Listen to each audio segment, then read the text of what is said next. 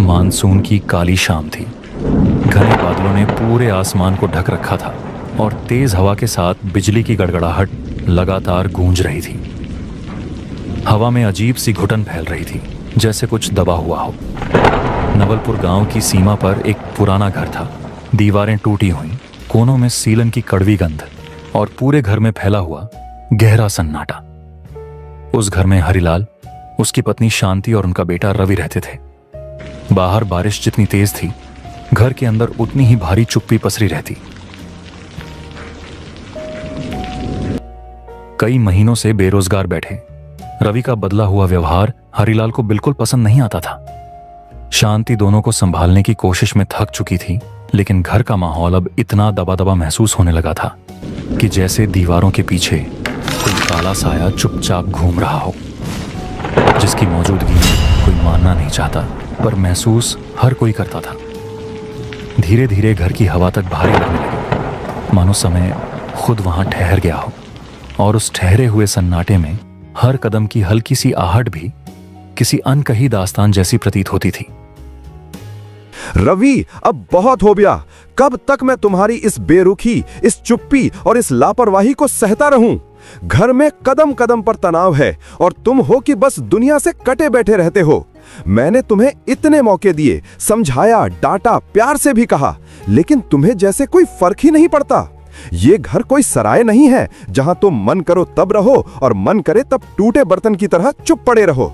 मैं अपनी आंखों के सामने इस घर को बिखरते हुए नहीं देख सकता, न तुम्हें ऐसे बर्बाद होते हुए। अगर तुम्हें अपनी जिम्मेदारियां निभानी नहीं आती और अगर तुम्हें इस घर का सुकून, हमारी चिंता और हमारी इज्जत समझ में नहीं आती, तो फिर बेहतर यही है कि तुम इस घर से चले जाओ। बाबूजी, आप समझते ही क्यों नहीं? मैं सच में कोशिश कर रहा हूँ। हर रोज नए दरवाजे खटखटाए, हर जगह काम मांगा, पर कहीं भी हाथ नहीं लगा। मैं यूं ही बैठा नहीं रहता, हालात बस साथ नहीं दे रहे। आप हमेशा यही मान लेते हैं कि गलती मेरी है, पर क्या कभी एक बार मेरी बात पूरी सुनने की कोशिश की है? मुझे भी ये घर उतना ही अपना लगता है जितना आपको, पर आपकी बातों से आज ऐसा लग रहा है जैसे मैं इस छत के नीचे बोझ बनकर रह गया हूं। अगर आपको सच में लगता है कि मेरी मौजूदगी से ये घर टूट रहा है, अगर यही आपकी इच्छा है कि मैं यहां से चला जाऊं, तो ठीक है बाबूजी, मैं चला जाता हूं। शायद मेरी जगह कहीं और होगी, शायद दूर जाने से ही आपको सुकून मिलेगा। जाओ, हाँ, आज रात ही निकल जाओ। जब तक तुम्हें अपनी जिंदगी की कीमत न समझ आए, तब तक इस घर की चौखट पार मत करना, समझे? आप दोनों जरा शांत हो जाइए। गुस्से में लिए फैसले कभी सही नहीं होते। आपसे बस इतना कहना है कि रवि अभी मुश्किल समय से गुजर रहा है, उसे सहारा चाहिए, धक्का नहीं। और रवि, तुम भी यूं तुरंत घर छोड़कर मत जाओ। अपनों से दूर होने से कोई हल नहीं निकलता। बैठकर बात करेंगे तो रास्ता निकलेगा, पर अगर आज ही टूट गए तो फिर घर कैसे संभलेगा? कृपया दोनों एक दूसरे को थोड़ा समझने की कोशिश करो। नहीं माँ, अब समझाने का समय निकल चुका है। मैं ये घर छोड़कर जा रहा हूँ। आप अपना ख्याल रखना। रवि, इस घर को मत छोड़कर जा बेटा, मैं तुम्हारे पिताजी को समझाऊंगी।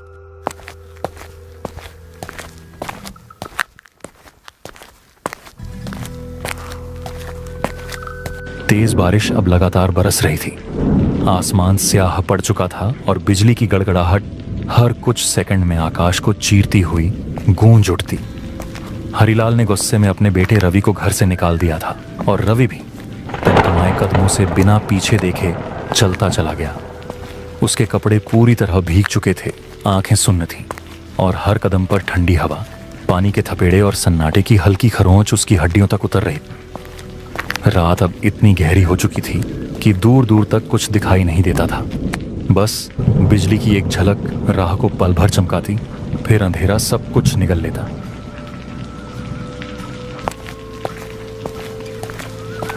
कुछ दूरी तय करने के बाद रवि ठिठक कर रुका और धीरे से पीछे मुड़ा।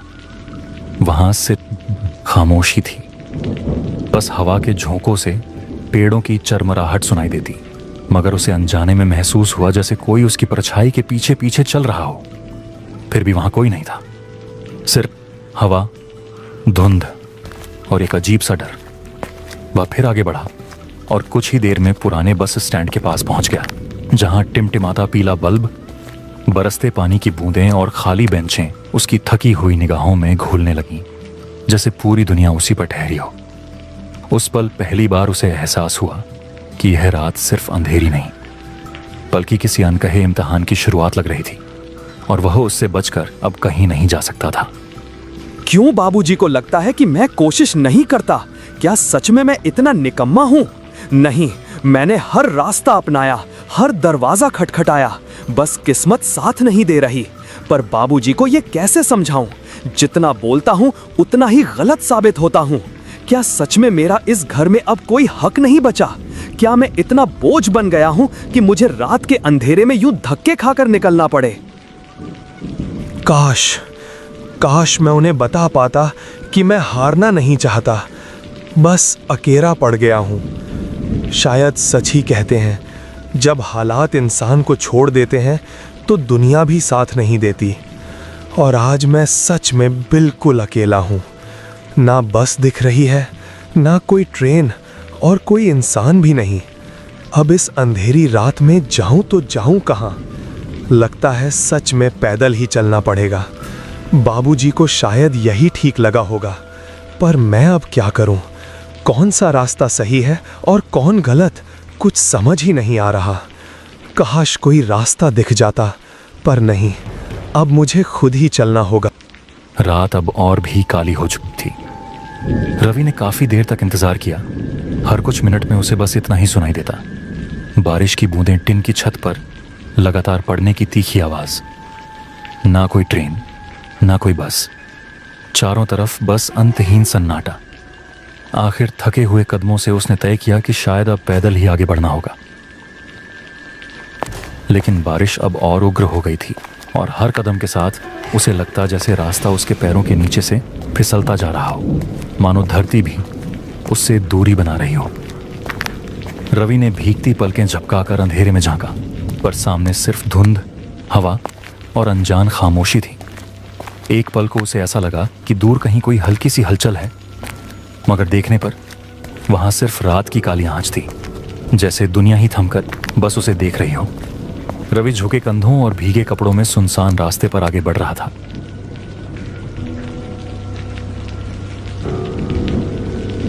ओह, पता नहीं क्यों, पर आज हर रास्ता मेरे लिए बंद हो गया। घर से भी निकाल दिया गया, और अब इस रात में जा भी कहां सकता हूं? मैंने कोशिश तो बहुत की थी, बस किस्मत साथ नहीं दे पाई। बाबूजी को लगे कि मैं निकम्मा हूं, पर अंदर से मैं हर दिन टूटता रहा हूं। हवा में फैली ठंड और नमी उसकी हड्डियों तक उतर रही थी। दूर धुंध के पार उसे हल्की सी रोशनी झिलमिलाती दिखाई दी। एक छोटी सी चाय की टपरी, जहां एक बुजुर्ग चाचा चाय उबाल रहे थे, और पास की बेंच पर एक आदमी सिर झुकाकर बैठा था। रवि कुछ पल ठिठका, फिर सावधानी से आगे बढ़ा और उस टपरी के पास पहुंच गया। चाचा ने उसकी ओर नजर तो उठाई, पर कुछ कहा नहीं। हवा अब थोड़ी धीमी जरूर थी, मगर रात का सन्नाटा अब भी उसी तरह जमकर खड़ा था। टपरी की कमजोर रोशनी में बैठा रवि चुप था। उसकी आंखों में नींद नहीं, बस थकान और एक अजीब सी खालीपन भरी उदासी थी। बेटा, इतनी रात को यहाँ कौन आता है? रास्ते वीरान हैं और ये मौसम भी रहम नहीं कर रहा। तू भीगा हुआ है, लगता है बहुत दूर से चला आ रहा है। कोई परेशानी है क्या? चाहो तो बैठ जा, थोड़ा दम ले ले। रात यूं अकेले भटकने के लिए सही नहीं होती। तभी बगल में बैठा वो अनजान आदमी अचानक धीमी आवाज में बोला, अजीब बात है, इस वक्त तो परिंदे भी आसरा ढूंढ लेते हैं, और तू यहाँ भटकता चला आया। क्या ढूंढ रहा है तू इस अंधेरे में? घर से आया है या घर छोड़कर? चेहरा बता रहा है कि तू थका नहीं, टूटा हुआ है। बता, रात ने तुझे यहाँ किस लिए धकेल दिया? रवि कुछ पल तक कुछ नहीं बोला, बस पलकें झुकाए गीली जमीन को घूरता रहा। चाचा, मैं बस इतना जानता हूं कि आज सब कुछ हाथ से फिसल गया। घर भी, सहारा भी, और शायद भरोसा भी। बेटा, रातें जितनी लंबी दिखती हैं उतनी होती नहीं, पर कुछ रातें ऐसी भी होती हैं जो इंसान की हिम्मत को परखती हैं। आप कह रहे हैं कि रात खतरनाक है, पर बताइए, जिसके पास कोई घर ही ना बचे उसे रात से क्या डर लगेगा? तुम्हारे दिल में जो बोझ है उसे मैं महसूस कर सकता हूँ, पर इस काली रात में बेवजह भटकना ठीक नहीं। मौसम भी खराब है और आज की हवा कुछ ज्यादा ही बेचैन लग रही है। ऐसे वक्त इंसान को संभल कर चलना चाहिए। सच बात तो ये है कि आज की रात शांत नहीं है। लगता है जैसे रास्तों पर भी कोई बेचैनी फैली हुई हो। जो कुछ भी घर में हुआ उससे भागकर राहत नहीं मिलेगी, पर इस वक्त खुद को संभाले रखना ही समझदारी है। बाहर की बारिश में सिर्फ भीगने का डर नहीं होता बेटा, कभी कभी कुछ और भी घूमता है जो अकेले चलने वालों को परखता है। मैं थक गया हूँ चाचा, कोशिशों से भी और समझाए जाने से भी। अब बस कहीं थोड़ी शांति मिल जाए, बस इतना चाहता हूँ। चाचा की बातों पर रवि बस हल्की सी मुस्कान छोड़कर उठ गया और उस भीगी भारी रात में आगे बढ़ गया। चाचा ने उसे पुकारा भी, पर रवि के कदम मानो किसी और ही खिंचाव में बंध चुके थे। ऐसा लगता था कि अब उसे रोकने की कोई वजह, कोई उम्मीद, कुछ भी नहीं बचा था। बारिश अचानक और उग्र हो उठी। थोड़ी दूर चलने के बाद वह एक सुनसान कीचड़ से भरे रास्ते पर पहुंच गया। चारों ओर फैला गहरा अंधेरा, मिट्टी की सोंधी मगर कुछ अजीब सी बोझिल गंध और हवा में तैरती पत्तों की सरसराहट जैसे किसी अनदेखी चाल का संकेत दे रही हो। उसने आसपास नजर दौड़ाई। जमीन पर पड़ती रोशनी में परछाइयां ऐसे हिल रही थीं जैसे कोई उनसे होकर गुजर गया हो। तभी उसकी निगाह दूर एक टेढ़े मेढ़े जर्जर घर पर ठिठक गई। छत से पानी धारों में टपक रहा था और दीवारों पर नमी की परतें चमक रही थी। बिजली कड़की और उसी पर खिड़की में कुछ हल्का सा धुंधला सा हिलता हुआ दिखाई दिया। अगले ही सेकंड अंधेरा फिर सब कुछ निकल गया। ये कैसा घर है? कुछ तो गड़बड़ लग रही है। कदम अपने आप यहीं क्यों रुके जा रहे हैं? बारिश, अंधेरा, ये परछाइयां सब जैसे मुझे ही घूर रही हों। क्या वाकई मुझे अंदर जाना चाहिए या यहीं से लौट जाना चाहिए? लेकिन अब लौटूं भी तो कहाँ? शायद यही जगह आज मेरी मंजिल बनकर खड़ी है। शायद अंदर कोई मदद मिल जाए। वह मुश्किल से कुछ ही कदम आगे बढ़ा था कि पलों में हवा का रुख बदल गया। अचानक पीछे से किसी अनजानी कांपती हुई औरत जैसी आवाज गूंजी। एक ऐसी आवाज जो न पास की थी न दूर की, बस सीधे उसकी हड्डियों में उतरती हुई। मुसाफिर, इतनी रात में अकेले कहाँ भटक रहे हो? रुको, इस रास्ते पर कदम यूं ही नहीं बढ़ाए जाते। कहाँ जाना है तुम्हें? बता दो, शायद मैं मदद कर सकूं। आवाज सुनते ही रवि के कदम थम गए। उसका दिल धड़कता रहा मगर शरीर जैसे पत्थर का हो गया हो। धीरे धीरे उसने सिर मोड़ा और पीछे देखा। मैं रवि हूँ। आज रात बस यहाँ तक भटकता भटकता चला आया। घर से भी निकाल दिया गया और समझ नहीं पा रहा कि कहाँ जाऊँ। आप कौन हैं? इतनी रात में यहाँ अकेली? क्या इस घर में आप रहती हैं? मैं पहली बार इस तरफ आया हूँ, इसलिए ठीक से जानना चाहता हूँ कि यहाँ कोई रहता भी है या नहीं। बारिश बहुत ज़्यादा हो रही है तो मैं बस आज की रात यहाँ ठहरना चाहता हूँ। कल सुबह होते ही यहाँ से चला जाऊँगा। रवि की यह बात सुनकर वह औरत फिर भी खामोश रही। उसने कोई जवाब नहीं दिया, बस अपनी स्थिर ठंडी आंखों से रवि को टकटकी लगाकर देखती रही। उसकी निगाहों में कुछ ऐसा था जैसे वह रवि के शब्द नहीं, उसके भीतर छुपे डर को पढ़ रही हो। तुम्हारे साथ जो हुआ वो किसी के साथ नहीं होना चाहिए। इस रात ने तुम्हें जितना भटका दिया है उतना ही थका भी दिया है। अगर चाहो तो आज की रात यहीं ठहर सकते हो। ये घर भले पुराना हो पर दीवारें किसी थके हुए को आश्रय देना जानती हैं। डरो मत, बाहर की बारिश और अंधेरा अकेले सफर के लिए ठीक नहीं। आज रात ये घर तुम्हारा भी उतना ही है जितना मेरा। उस रहस्यमयी औरत ने रवि को अपने घर में ठहरने की इजाजत दे दी थी और लंबे समय बाद रवि को लगा कि कम से कम आज की रात उसके सिर पर कोई छत तो होगी। बाहर बारिश लगातार बरस रही थी। फूस की छत पर गिरती बूंदों की आवाज मानो रात को और भी गहरा बना रही थी। वह औरत धीमे कदमों से आगे बढ़ रही थी और रवि उसके पीछे उसके कदमों की हल्की आहट, भीगे जूतों की मिट्टी और ठंडी हवा, सब कुछ एक अजीब सी खामोशी में घुल रहा था। थका हुआ शरीर मानो जवाब दे चुका था। वह जाकर एक कोने में पड़ी पुरानी चारपाई पर बैठ गया और लंबी सांस लेकर खुद को संभाला। पर उस कमरे में कुछ तो अलग था, कुछ ऐसा जो आंखों से दिखता नहीं पर महसूस जरूर होता था। इतने बड़े घर में सिर्फ वही औरत, न कोई दूसरी आवाज, न कोई दूसरा कदम, न कोई छाया। रवि के मन में धीरे से सवाल उभरा, क्या वह सच में यहां अकेली रहती है? उसी पल वह औरत वापस लौटी। उसके हाथ में चाय का एक छोटा सा कप था। उसने बिना कुछ कहे वह कप रवि के सामने रख दिया। लो, ये चाय पी लो। बारिश में भीगकर ठंड लग गई होगी, गर्म है, थोड़ा आराम मिलेगा तुम्हें। थोड़ी देर बैठ जाओ, बदन कांप रहा है तुम्हारा। गर्म चाय से कुछ राहत मिलेगी। बारिश अभी थमने वाली नहीं है। चाय का पहला घूंट लेते ही रवि को उसके स्वाद में कुछ अनजाना और कड़वा सा एहसास हुआ, मानो उस गर्म कप में कोई दबी हुई कहानी घुली हो। उसने चेहरे पर कोई भाव नहीं आने दिया, क्योंकि वह औरत ठीक सामने खड़ी थी, बिल्कुल शांत, बिना पलक झपकाए उसे देखती हुई। अगर आप बुला ना माने तो क्या मैं आपसे एक बात पूछ सकता हूँ? इतने बड़े घर में क्या आप सच में अकेली रहती हैं? और आपके परिवार में कोई और नहीं है, कोई अपना जो आपके साथ रहता हो? अभी बाहर आपने अपने बेटे का जिक्र किया था, वो कहाँ है? ठीक है ना? इस घर में बस मैं और मेरा बेटा रहते हैं, और आज वो घर पर नहीं है। उसे बारिश की रातें कुछ ज्यादा ही भाती हैं। ऐसी सी रातें उसे बाहर खींच ले जाती हैं। कहकर जाता है, माँ आज फिर कोई मुसाफिर आएगा। न जाने क्यों वो हर बरसाती रात यही बात दोहराता है। जब वो लौटता है ना, उसके चेहरे पर एक अजीब सी मुस्कान होती है, जैसे वो किसी ऐसी बात के बारे में जानता हो जो इस घर में रहने वाले और कोई नहीं समझ सकता।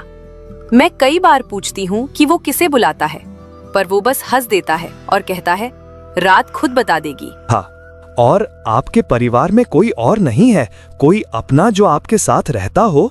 जैसे ही रवि ने यह सवाल पूछा, उस औरत की निगाहें पल भर में बदल गईं। उसकी आंखों की ठहराव भरी चमक ऐसे चुभ रही थी, मानो रवि ने उसके भीतर कहीं बहुत गहरे दफन कोई पुरानी गांठ छेड़ दी हो।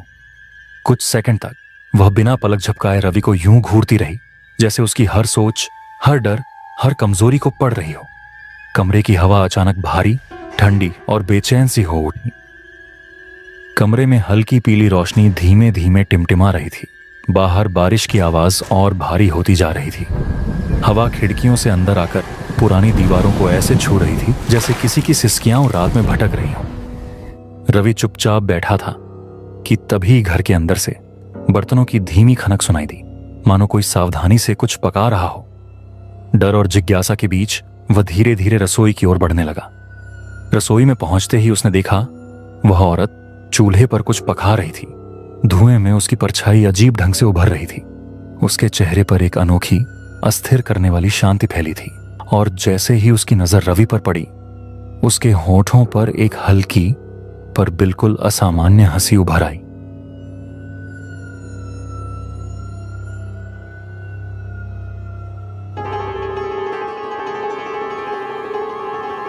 मैं अपने बच्चे के लिए खाना बना रही हूँ। उसे आज बहुत भूख लगी होगी। बारिश की रातों में उसकी भूख और भी बढ़ जाती है।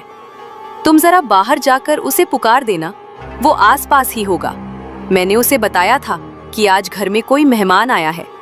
वो मेहमानों को कभी देर तक इंतजार नहीं कराता। बोलते वक्त उस औरत की नजरें एक पल को ऊपर उठी, मानो वह किसी ऐसी चीज को देख रही हो जो रवि की नजरों में नहीं थी। उसके होठों पर एक अजीब दबा दबा सा मुस्कान उभरी, ऐसी मुस्कान जिसमें न गर्माहट थी न अपनापन, बस एक ठंडा रहस्य। उस मुस्कान के पीछे कुछ ऐसा छिपा था जिसने रवि की रीढ़ में बर्फ जैसी सिहरन उतार दी। आप कैसी बातें कर रही हैं? मैं अभी बाहर से ही आया हूँ, वहां तो कोई नहीं था। आपने जिस बच्चे की बात कही, मैंने उसे कहीं नहीं देखा। कह दिया ना, जाकर मेरे बच्चे को आवाज दो। कहना खाना तैयार है, वो अब आ जाए। वो हमेशा बाहर ही रहता है। तुमने उसे देखा नहीं तो क्या हुआ, वो तुम्हें देख लेता है हर बार। तुम्हें कहा ना मैंने, मेरे बच्चे को आवाज दो। तुम सुनते क्यों नहीं? वो यही है, हमेशा यही रहता है। बाहर नजर नहीं आता तो क्या, उसके कदम इस घर की मिट्टी में गूंजते हैं। तुम्हारी तरह कोई अजनबी नहीं है वो। हर बारिश की रात लौटता है वो, मेरी पुकार पर, मेरी रसोई की खुशबू पर। और तुम कह रहे हो कि तुमने उसे नहीं देखा। तुम जैसे लोग कभी कुछ नहीं देख पाते। पर मेरे बच्चे को भूख लगती है, समझे? जाओ उसे बुलाओ अभी। वह समझ नहीं पा रहा था कि वह औरत किस बात पर मुस्कुरा रही है, पर उसके चेहरे का वह क्षणिक भाव रवि के भीतर गहरी बेचैनी छोड़ गया। रवि के चेहरे का रंग पल भर में उड़ गया। उसने समझ लिया कि अब वहां रुकना खतरे से खाली नहीं है। वह फौरन मुड़ा और तेज कदमों से बाहर की ओर भागा। बाहर की हवा अजीब खामोशी से भरी थी। बारिश लगातार बरस रही थी, मगर उसके बीच भी एक मौन डर फिसलता हुआ हर तरफ फैल रहा था। जैसे ही रवि ने घर की दहलीज पार की, उसके कदम ठिठक गए। जमीन पर कई लोगों के लथपथ अवशेष पड़े थे, हाथ और पांव शरीरों से अलग, मिट्टी में ढंसे हुए, और उनके ठीक पास एक अनजानी परछाई खड़ी थी। बिजली चमकी और उसे एक झिलमिलाते पल में रवि ने जो देखा उससे उसका रक्त जम गया। लंबा चौड़ा कद, उलझे गीले बाल, लाल और खाली आंखें, फटे हुए कान और शरीर पर उभरी विकृत नसें, मानो वह किसी इंसान की आकृति ही ना हो। रवि अभी उस खौफ से उबर भी नहीं पाया था कि उसके पीछे से वही औरत की आवाज फिर गूंजी, धीमी, भारी और ऐसी कि दिल की धड़कनें थम जाए। तुमने देखा ना मेरे बेटे को? यही है मेरा बेटा। डर लग रहा है तुम्हें? लगता ही है। जो सच्चाई नहीं देख पाते उन्हें उसका चेहरा हमेशा भय ही लगता है। वो भूखा था, बहुत भूखा। और तुम, हाँ तुम, आज की इस बारिश की रात उसके मेहमान बन गए हो। अब भाग कहाँ पाओगे मुसाफिर? घर छोड़ने वालों को ये जंगल कभी वापस नहीं जाने देता। हवा अचानक भारी और ठंडी होकर उसकी सांसों को चीरने लगी। अब रवि के पीछे वही लंबी राक्षसी परछाई थी, और सामने यह भुतहा औरत जिसकी निगाहें उसे भीतर तक काटती चली जा रही थीं। मैंने तेरे लिए खाना बनाया है, पहले तू खा ले, फिर हम दोनों, मैं और मेरा बेटा खाएंगे। हमें बहुत जोरों की भूख लगी है। कई महीनों से इंसानी खाना नहीं चखा।